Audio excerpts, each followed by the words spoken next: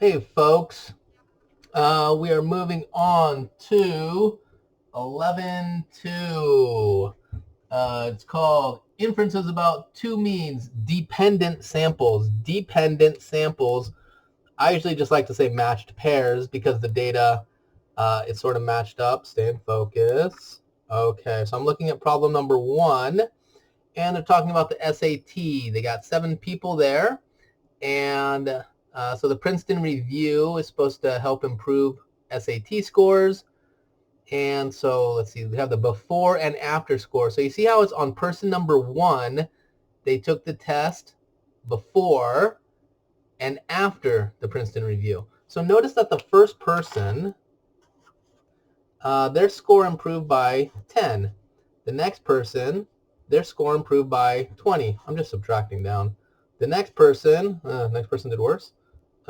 Negative 30. And then the next one did better by 10. And then 20. And then 20. And then 30. 1, 2, 3, 4, 5, 6, 7. Okay. So we would take this data. So notice basically the whole idea of 11.2 is just subtract first. And then it's just going to be the t-test like we were doing in 9.2. So we get this data, and we're going to throw it into our calculator to get an x bar and an s. So we throw this into our calculator to get an x bar and an s. But because these were differences, right, in order to get these numbers, we had to subtract to get the differences. So when we get the average of these, instead of calling them x bar in this section, we call them d bar. And if we get the standard deviation of all these differences, instead of calling them s, I guess our calculator calls it s sub x, which is s. So the standard deviation of all these differences is just s sub d. So conceptually, there's really nothing new going on. I kind of wrote it up over here. Let's bring this over here. So in 9.2, we learned the t-test. Now here's our new formula for the t-test. It's basically the same thing. Remember, x bar is just d bar. And then what if the mu sub d, what if we're always comparing it to 0? Remember, 0 is the idea of no effect. So we're wondering if the Princeton Review has no effect or if it has an effect. So that's why the formula they're going to give us in 11.2 is actually this. So it's technically just our t-test, except the mu naught happens to be 0. They call it mu sub d in this section. They're really trying to complicate things. 11.2 is totally easy. They try and make it seem complicated. It's just 9.2 all over again. First step is you subtract. Okay. And then when we want a confidence interval, this is what we used in 9.2. So we used a t-test, and we used a t-interval. So we didn't really we used the formula once, and then I just showed you how to use the calculator. So again, everything looks basically the same. Instead of s, it's s sub d. Instead of x bar, it's just d bar. So we're just using a t-interval again. We're just using a t-test again. So don't we know how to do that? Yeah. Don't we know how to do that? Yeah. Oh, so in 11.2, every section, there's new minimum requirements in order to use these. Well, they're the same formula. So it's basically the same basic minimum requirements we had for 9.2. So just go to page 537 and 11.2. Just double check that they're met. So on 537, what does it say? Sample is obtained by simple random sample. Yeah, we know that. From a matched pairs data design. So that's the one idea that's new. Make sure that the data is actually matched. Like, is it one person, 2 scores? Another person, 2 scores, right? So in our first problem, person number 1, 2 scores, 990 and 980. Subtract them. And then, let's see, the differences are normally distributed. N is greater than 30. And then our sample is less than 5% of the population size. So there's sort of the standard minimum requirements. Take a look at those on page 537. We're going to proceed forward with assuming minimum requirements are met. So going back to problem number 1. Step number 1, do a bunch of subtraction. Okay. And now we're just going to throw it in for a t-test. let's see, where'd my black pen go? HO, HA, H1, same thing. Oh, okay. So they always kind of slightly mess with our null and alternative. We're talking about differences, and we're wondering, the null is just if there is no difference, if nothing's happening. So rather than just saying mu equals 0, they like adding a little d. Mu sub d equals 0. Is the mean of the differences equal to 0? And then the mu sub d, okay, greater than, less than, what do they want to know?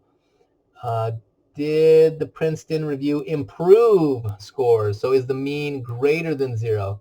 This is a little tricky. Notice how the way I set things up, if you just subtract down the before and after, so after you took it, your score went up. So if you just subtract down, this is how your SAT score improved. So I'm curious if the mean is greater than 0. If these numbers are greater than 0, then that means your SAT score got better. And that would mean that the Princeton review actually works. A little tricky. Let's see. So I think it's just a matter of throwing everything in our calculator now. Test that, p-val, statistical conclusion, conclusion in plain English. Okay, so I'm just going to throw these numbers into my calculator. Let's see, on, get a little bit more light. Let's see. Oh, putting numbers into a list. Okay, stat, edit, enter. There's numbers already there. Go up, hit clear, hit enter. Okay, 10, enter, 20, enter. Negative 30. Careful, don't put subtract. You have to use the negative. Negative 30, enter, 10, enter, 20, enter, 20, enter, 30, enter. Okay, now we're going to do just a t-test. Stat, tests, it's just a t-test, enter. Did we give it raw data or summary statistics? We gave it a bunch of raw data, so choose data. The mu naught. What's the mu in my H naught? 0. Okay. Is the data in list L1? Yes. So put L1 there. Frequency. Every number just shows up once. Just put a 1. And the alternative, we have a greater than symbol, so choose the greater than symbol. Enter. Go down to calculate. Hit enter. Okay, so we have a test stat of t equal to 1.549. Oh, that's why he got mad at me last test when I didn't put z equal. I just put the number because it's going to be different. Sometimes it's z, t, f, w. There's all kinds of weird things. So make sure you write the letter. T is equal to 1.549. What's the test stat? It's t. T is equal to 1.549. What's the p-val? 0.086. How does that compare to our alpha? 5% significance level. How does that compare to 0.05, which is our alpha? It's greater than. If p-val greater than alpha, we say do not reject HO. So far, so good. It's the same game over and over again. You just need to know how to set up your null and alternative, and then it's just understanding the output from your calculator. Okay, if it's do not reject HO, then I say not enough evidence to suggest. Not enough evidence to suggest that the mean difference is greater than 0. And what was that trying to help us decide? Whether or not the Princeton review increases SAT scores. So not enough evidence to suggest the Princeton review, if you want to put it into sort of the context, the Princeton review improves SAT scores. Do not reject HO. Do not reject HO. We're stuck with the HO. There's not enough evidence to suggest this. There's not enough evidence to suggest that the mean difference is greater than 0. There's not enough evidence to suggest that the Princeton review improves SAT scores, right? Okay. Let's do another one. Hope that made sense.